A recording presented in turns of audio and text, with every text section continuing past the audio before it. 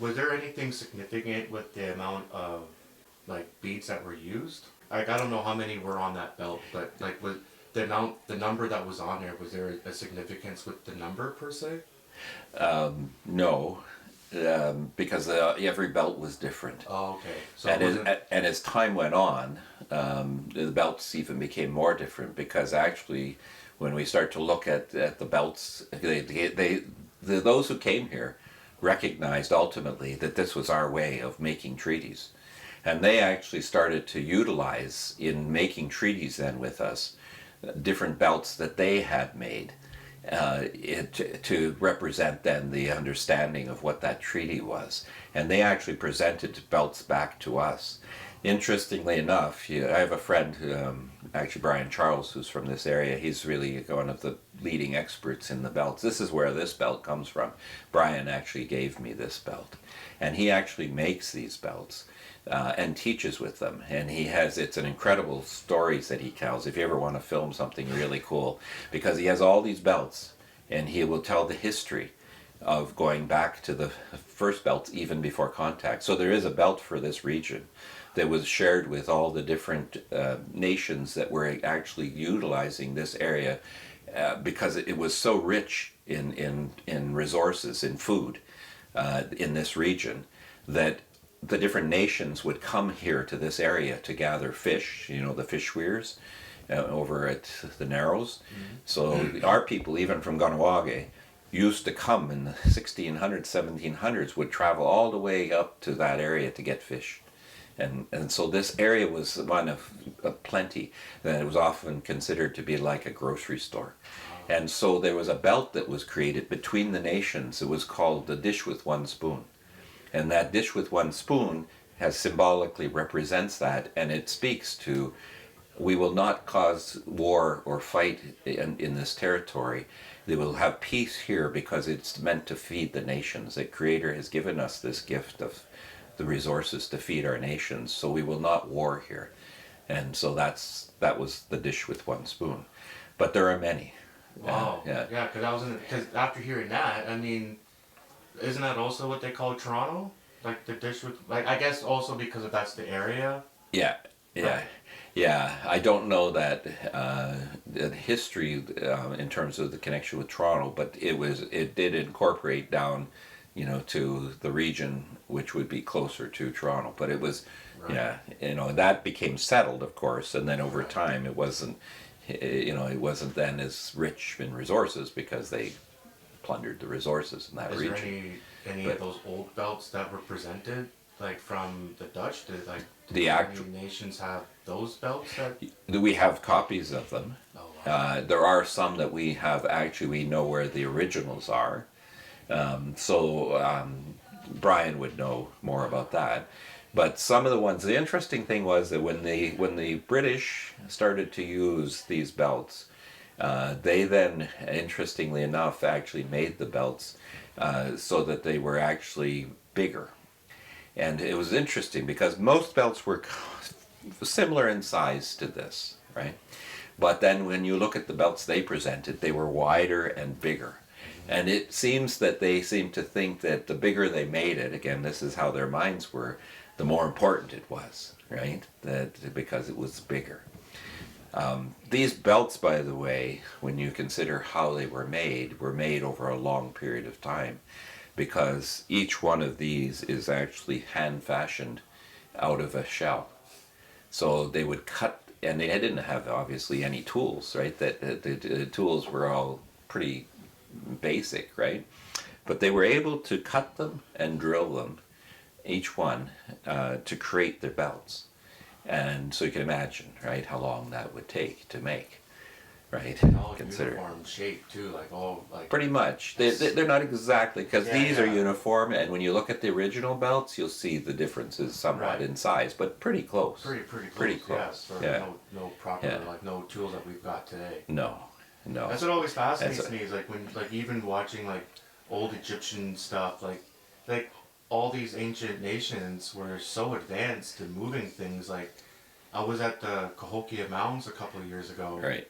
and that was incredible. Like to just hear the history of what Right. Cahokia was. Right.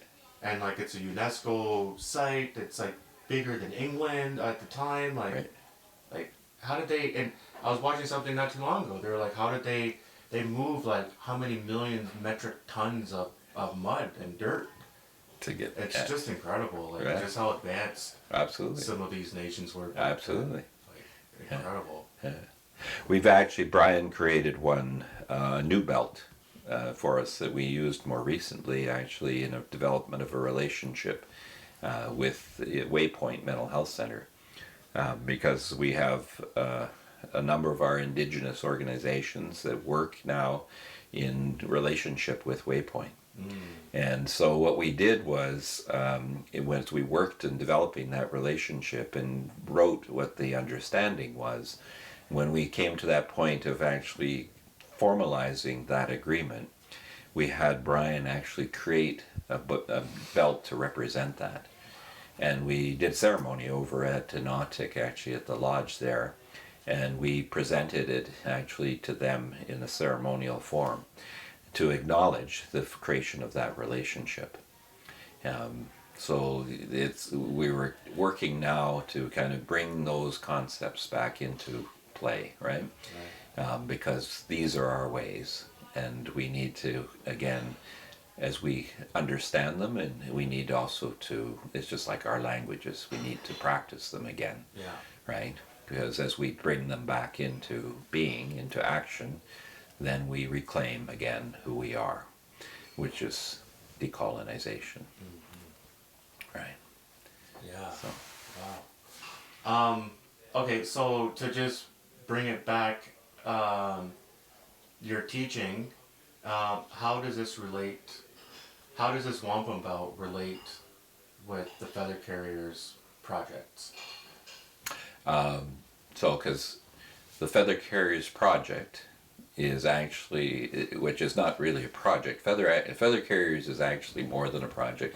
Feather Carriers is actually it's the process of decolonization. So what it is actually about is where we are actually now changing our minds. So bringing our minds back into what we imagine and we know how our ancestors would have been thinking when with these two minds were so clearly distinct from one another. And so as we understand better what that mind was, we are actually now working to, and this is another way of understanding decolonization, is that we're actually, decolonization in action is changing our minds, reforming our minds. Understanding again what our beliefs, our values, and our practices were, and putting those into action and living them once again in many different ways. And so in Feather Carriers, we're actually creating a paradigm shift, is what we say. The paradigm shift means shifting the way we think.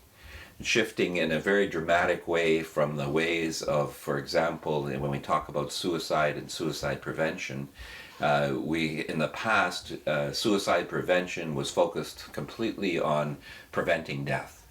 But in life promotion, we shift our thinking, and the paradigm goes from focusing on death to now focusing on life. And that's the shift of that way of thinking. It's now to go from a deficit kind of illness model and a death model to a model of life, strength, and living a good life and living as long as we possibly can. So those kinds of concepts are a real shift in thinking. It's a changing of the mind, of the way of thinking. So in terms of Feather Carriers, we call it Feather Carriers Leadership for Life Promotion. We're working to attempt to help people to make that shift, because all of us have been exposed to this long process of colonization and have actually become part of the ship. But we wish to help people now to understand the canoe and reform our understandings, our teachings, our beliefs, our values that guide that form of mind, so that we can, in essence, shift to living longer and healthier lives. Because clearly living in the ship has not promoted that well for us. In fact, our ships are going down too quickly.